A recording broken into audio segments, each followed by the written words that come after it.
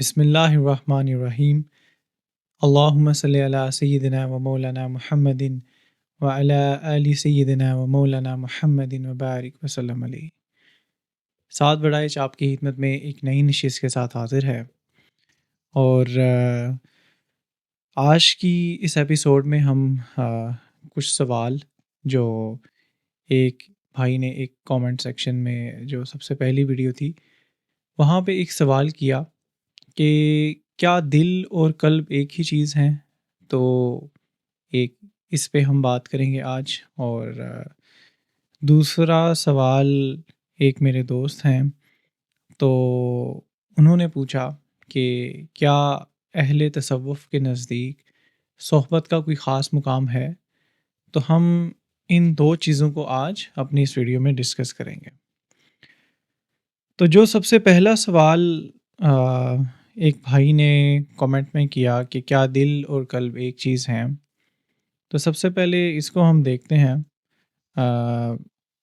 کہ قلب اور دل میں کیا کوئی فرق ہے، آیا کیا یہ ایک ہی چیز ہے، یا قلب ایک الگ کوئی باڈی پارٹ ہے اور دل کوئی الگ پارٹ ہے۔ تو سب سے پہلے اس کو دیکھتے ہیں۔ اچھا، یہ ایک بڑا اہم سوال بھی ہے۔ بہت سے جو کچھ ایسے مکتبہ فکر تصوف میں ہیں جن کو میں نے سنا اور پڑھا، ان کے مطابق جو قلب ہے وہ ہمارے جو اس دل سے ہٹ کے تھوڑا سا سائڈ پہ ایک جگہ ہے، وہاں پہ ایک مقام ہے۔ لیکن جو زیادہ تر ہمیں اگر ہم قرآن کو دیکھیں یا حدیث کو دیکھیں تو وہاں سے یہ بات ثابت ہوتی ہے کہ جو دل اور قلب ہے تو وہ ایک ہی چیز، لیکن اس کے دو حصے ہیں، اور ان دونوں کا جو کام ہے وہ ڈیفرنٹ ہے۔ مثال کے طور پہ اب قلب جو ہے وہ تصوف اور روحانیت کا وہ حصہ ہے جو معرفت الہی اور روحانی بصیرت سے جڑا ہے، اور دوسری سائڈ پہ دل یہ وہ حصہ ہے جو ہمارے جذبات اور احساسات کی نمائندگی کرتا ہے۔ میرے مطابق، شاید میں غلط ہوں، میرے مطابق یہ ایک ہی باڈی پارٹ ہمارے جسم کے اندر موجود ہے، لیکن اس کے حصے الگ الگ ہیں۔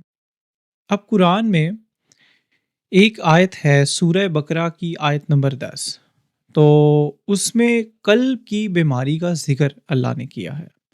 اچھا، اب یہ جو قلب کی بیماری کا ذکر اللہ تعالیٰ نے کیا ہے، یہ اس کا تعلق گمراہی سے ہے، لیکن اس کا ذکر اللہ نے ضرور کیا۔ اس کا ذکر دل کی اس بیماری کا نہیں جو ہارٹ سٹروک یا دوسری بیماریوں کی طرف لیڈ کرتی ہے، اس کا تعلق گمراہی، اس کا تعلق راہ ہدایت اور راہ گمراہی سے ہے۔ قرآن سے بھی ہمیں یہ بات ملتی ہے کہ قلب جو ہے وہ اس کا تعلق معرفت الہی، اس کا تعلق آپ کی قربت الہی سے ہے، اس کا تعلق صراط مستقیم سے ہے، جبکہ دوسری سائڈ پہ جو دل ہے اس کا تعلق ہمارے جذبات اور احساسات سے ہے۔ اب اسی بات کو اگر آگے بڑھائیں تو ایک حدیث صحیح بخاری کی ہے، جس کا مفہوم ہے کہ آپ صلی اللہ علیہ وسلم نے فرمایا کہ جسم میں ایک گوشت کا ٹکڑا ہے، اگر یہ صحیح ہو تو ہمارا جسم صحیح ہوگا، اور اگر یہ خراب ہو جائے تو ہمارا جسم خراب ہو جائے گا، اور وہ گوشت کا ٹکڑا قلب ہے۔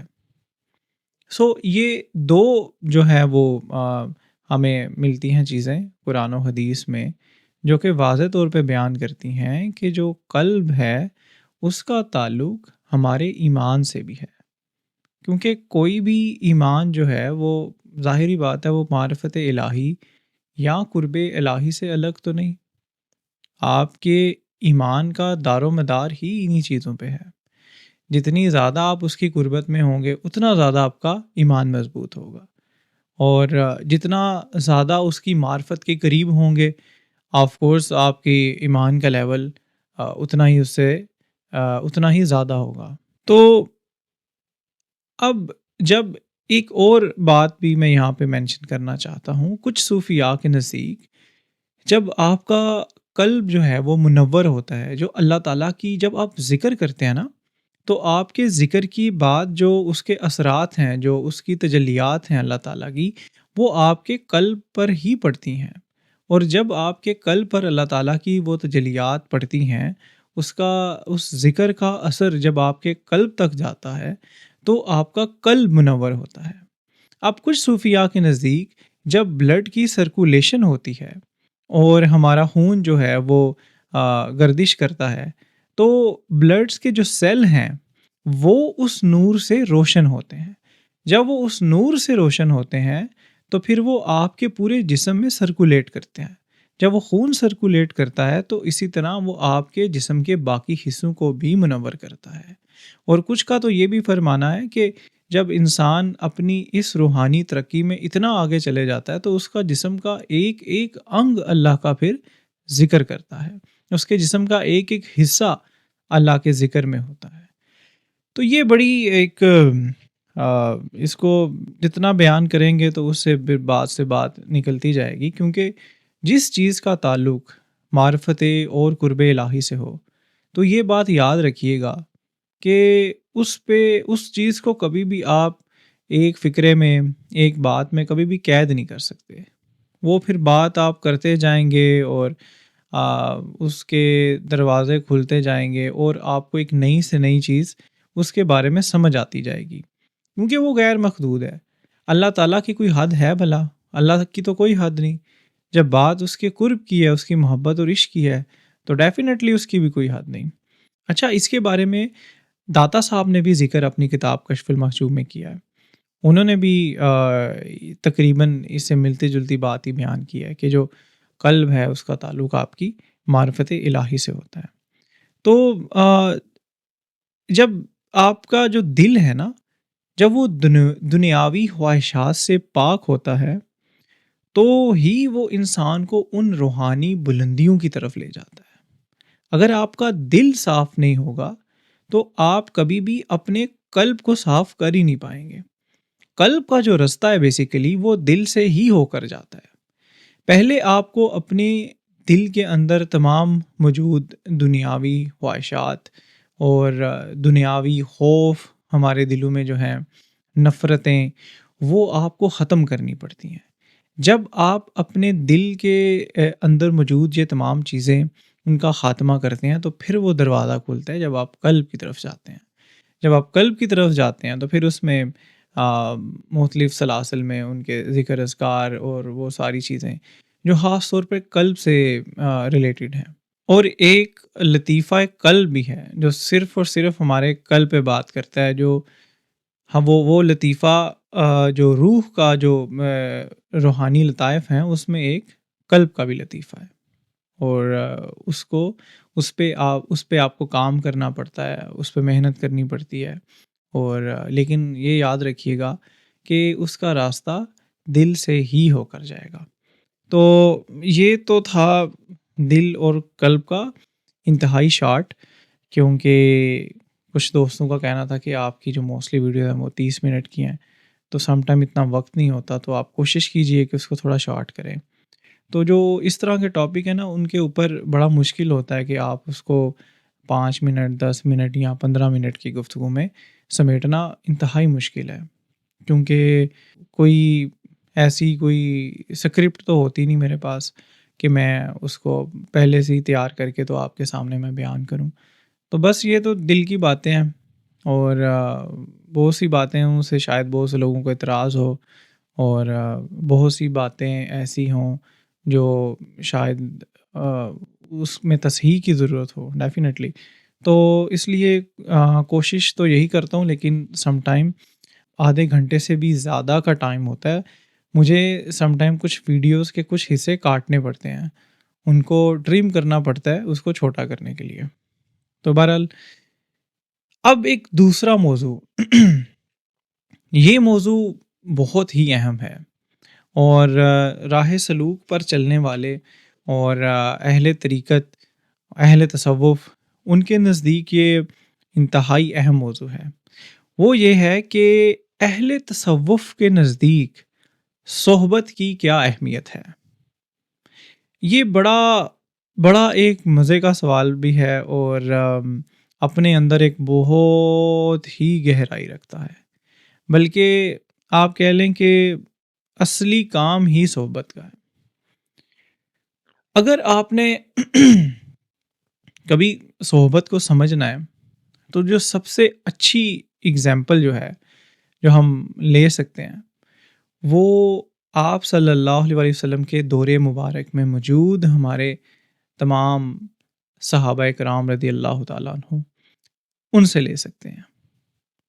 اب آپ کے خیال میں کیا جو صحابہ کرام کو جو درجہ صحابیت ملا ہے، کیا وہ کسی ذکر اذکار کی وجہ سے ملا؟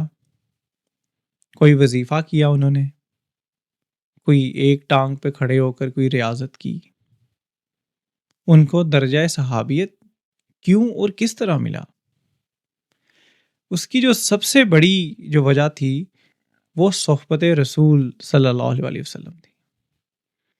اس صحبت رسول صلی اللہ علیہ وآلہ وسلم کی وجہ سے اللہ تعالیٰ نے ان کو درجہ صحابیت عطا کیا۔ یہاں سے آپ اندازہ لگائیے کہ جو صحبت ہے اس کا مقام کتنا بلند ہے۔ اسی لیے تو کہتے ہیں نا کہ آپ کے کوئی بھی انسان ہے تو وہ اپنی صحبت سے پہچانا جاتا ہے۔ جیسے اس کی صحبت، جیسے اس کے دوست، ویسا ہی انسان خود ہوگا۔ یہ بات 100% درست ہے۔ آپ کی زندگی میں صحبت کا بہت بڑا رول ہے۔ آپ دیکھیں، یہاں انٹرسٹ کو صحبت ڈیویلپ کرتی ہے، ٹھیک ہے، یہاں صحبت سے انٹرسٹ ڈیویلپ ہوتے ہیں۔ یہ دونوں مطلب الگ الگ کام کرتے ہیں، لیکن اس میں جو مین پارٹ ہے وہ صحبت کا ہی ہے، صحبت ہی پلے کرتی ہے۔ تو اہل تصوف کے نزدیک صحبت کی بہت ہی زیادہ اہمیت ہے۔ تو کیونکہ وہ کہا گیا نا کہ ثم رفیق علی طریق، یعنی تم جس بھی کام میں چلنا چاہتے ہو، تم ان لوگوں کے ساتھ شامل ہو جاؤ جو آلریڈی اس طریقے میں، اس فیلڈ میں جو ہے وہ موجود ہوں۔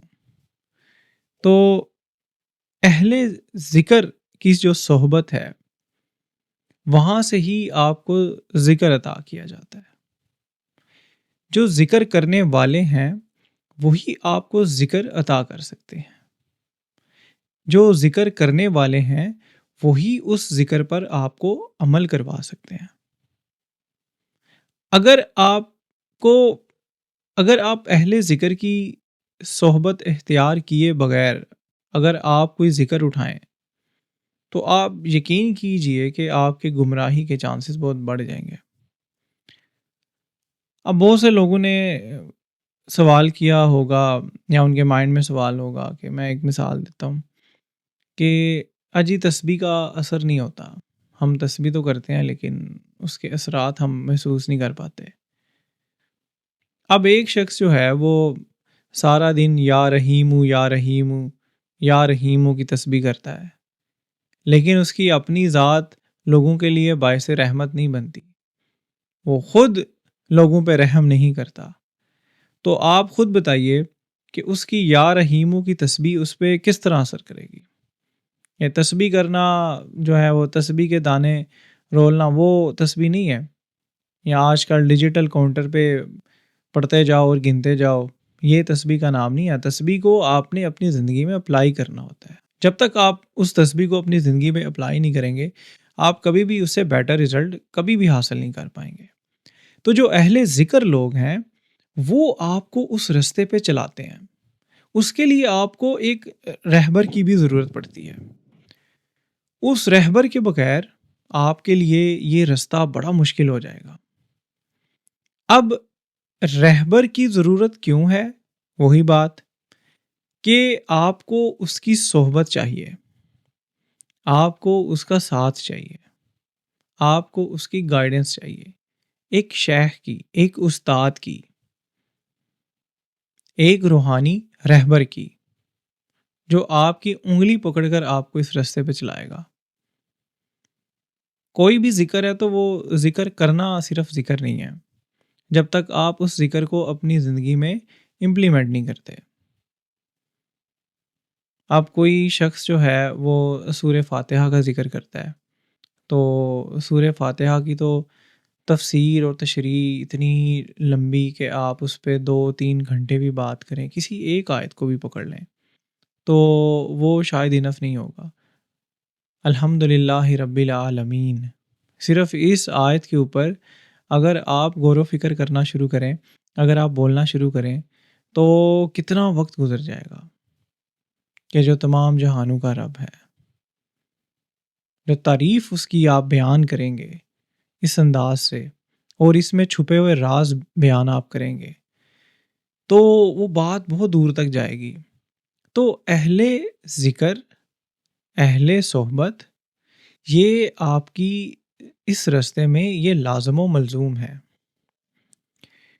کیونکہ تصوف میں جو شیخ کی صحبت ہے وہ لازم ہے، اس کے بغیر آپ آگے جا ہی نہیں سکتے۔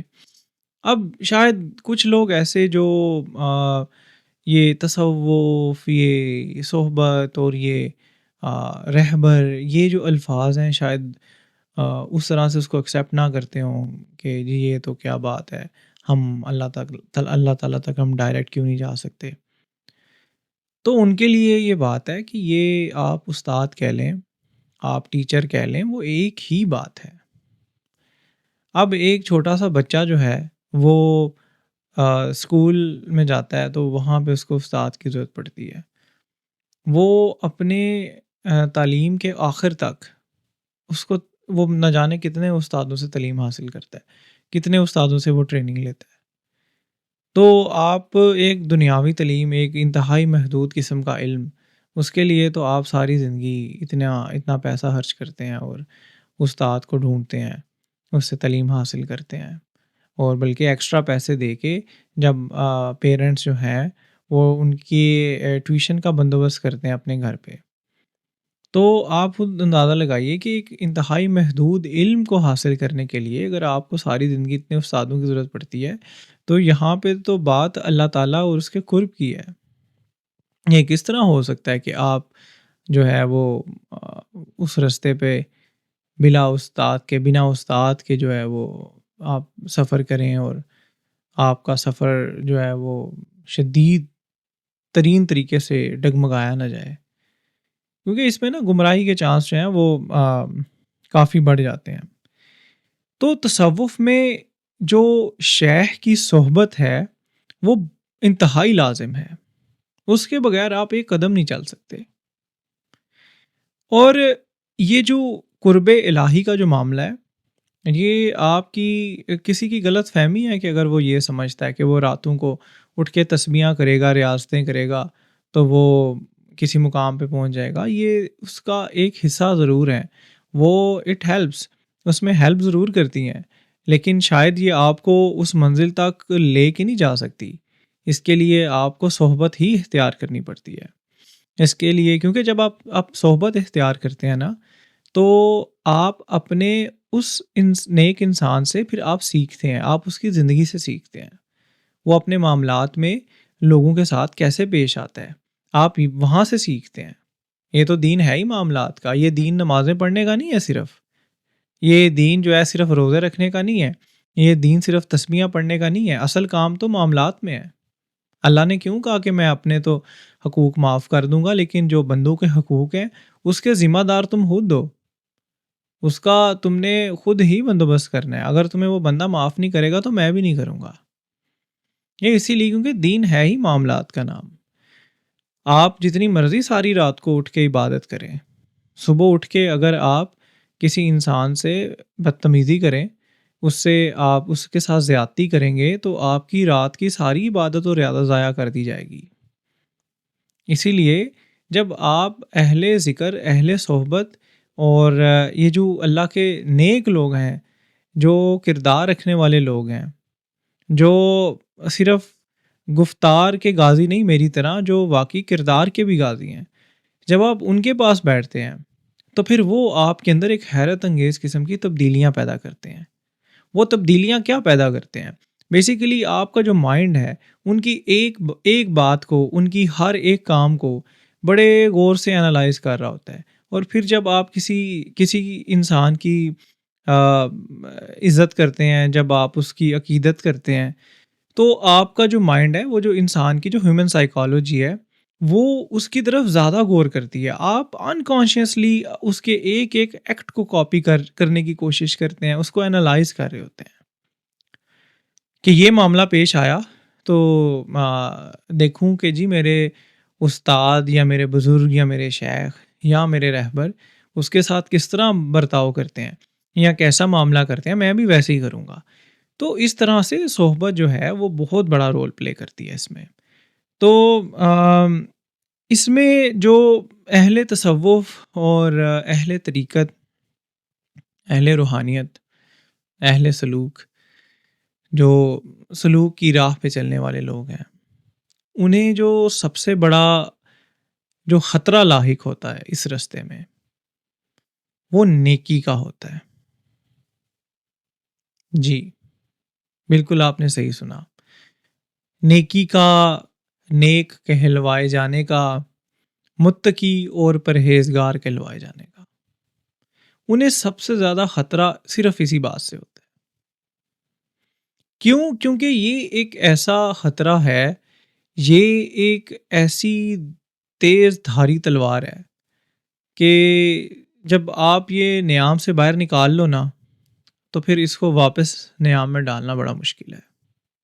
جب انسان یہ سمجھنے لگ جائے نا کہ وہ تو بڑا نیک ہے، اور وہ جو فلاں شخص ہے وہ تو بہت گناہ گار ہے، وہ جو فلاں شخص ہے وہ تو اس میں تو یہ عادت بھی ہے، شکر ہے میرے میں وہ عادت نہیں ہے، میں تو بچ گیا ہوں، شکر ہے میں ویسا نہیں ہوں، بھائی اس کا تو حال ہی کوئی نہیں، شکر ہے اللہ نے وہ چیز میرے اندر نہیں پیدا ہونے دی۔ کیوں؟ کیونکہ جب انسان خود کو نیک، متقی اور پرہیزگار سمجھنا شروع کرتا ہے، تو پھر اس کے سامنے لوگوں کے عیب جو ہیں وہ کھل کے آنا شروع ہو جاتے ہیں۔ وہ لوگوں کے عیب کو بڑی باریکی سے دیکھنا شروع کرتا ہے، اور جب وہ لوگوں کے عیب کو بڑی باریکی سے دیکھنا شروع کرتا ہے تو پھر ان کو بیان بھی شروع کرنا کرتا ہے۔ جب وہ لوگوں کے عیب کو بیان کرے گا نا، تو کہیں نہ کہیں اس کے اپنے اندر کانشیسلی یا انکانشیسلی یہ بات ضرور ہوگی کہ میں اس سے بہتر ہوں۔ تو جو یہ جو معاملہ ہے نا کہ میں فلاں سے بہتر ہوں، یہ بہت بڑی خطرے کی گھنٹی ہے، یہ بہت ہی بڑی خطرے کی گھنٹی ہے۔ تو اس رستے پہ چلنے والے جو لوگ ہیں نا، آپ دیکھیں گے کہ وہ ملامت کا رستہ اختیار کریں گے، وہ ہر بات میں اپنے آپ کو نیچا کریں گے، وہ ہر عمل میں اپنے آپ کو نیچا کریں گے، وہ ہر سوچ میں اپنے آپ کو نیچا کریں گے۔ دنیا میں باقی لوگ بہت سے کام اس لیے کرتے ہیں کہ لوگ ان کو اچھا سمجھیں، ان کی عزت کریں، ان کا احترام کریں، لیکن اس رستے پہ، اس محبت، عشق اور قرب کے رستے میں چلنے والے جو لوگ ہیں نا، وہ الٹا چلتے ہیں۔ انہیں یہی خطرہ ہوتا ہے کہ کہیں لوگ انہیں اچھا نہ سمجھنا شروع ہو جائیں۔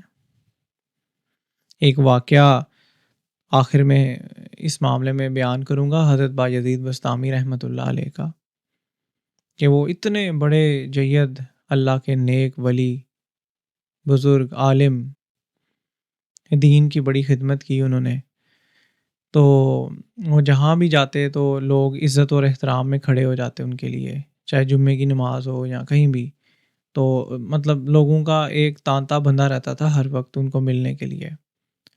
تو جب یہ معاملہ بہت زیادہ بڑھنے لگا نا، تو انہوں نے کیا کیا کہ ایک طوائف کے پاس گئے، اس طوائف کو انہوں نے اپنی پگڑی کا کپڑا اتار کے دیا، اور کہا کہ جب میں یہ والی فلاں نماز پڑھ کے جب باہر نکلوں گا نا، تو تم لوگوں کے بیچ میں آ کے تو مجھے یہ میرا کپڑا واپس کرنا، کہنا یہ آپ کل رات کو میرے پاس چھوڑ آئے تھے۔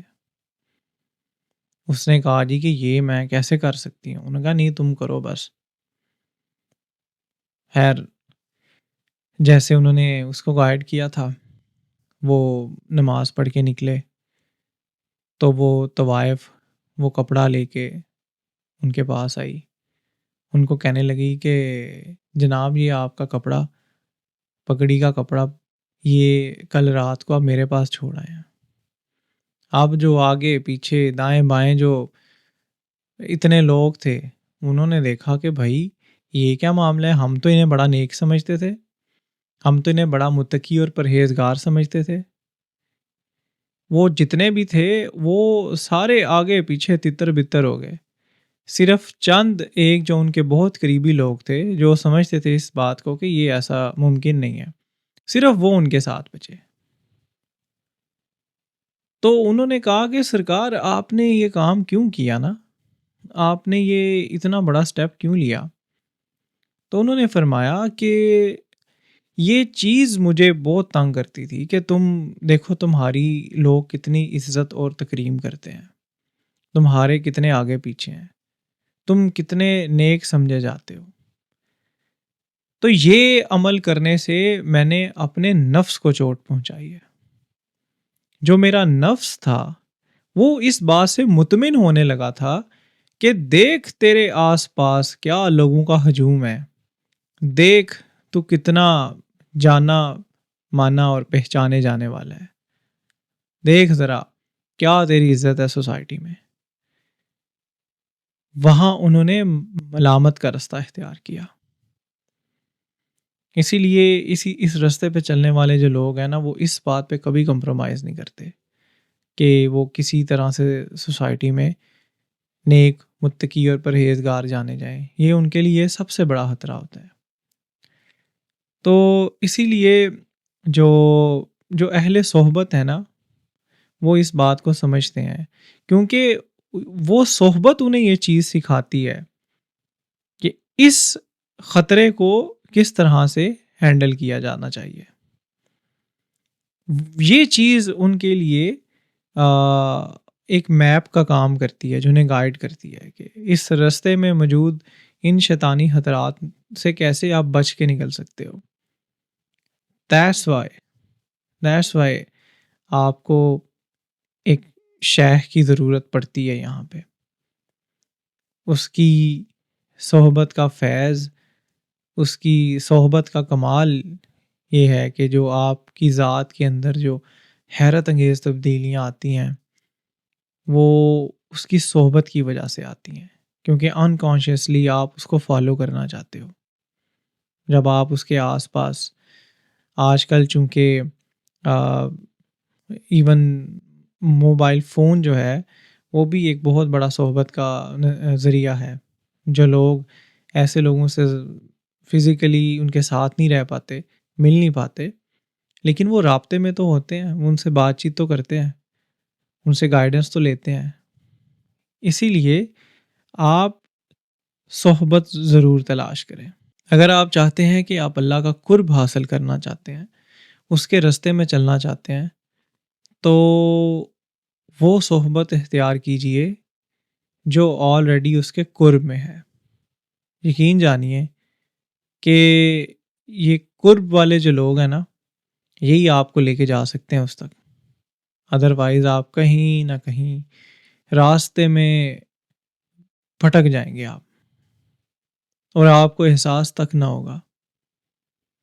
یا یہ جو جس خطرے کی میں نے بات کی نا، اس کو غالباً خطرہ رحمانی کہا جاتا ہے تصوف کی اصطلاح میں، تو آپ وہ نہیں تو اس کا شکار ضرور ہو جاتے ہیں۔ اللہ تعالیٰ جو آج میں نے بولا اور آپ نے سنا، اس پہ عمل کرنے کی توفیق عطا فرمائے۔ اللہ حافظ۔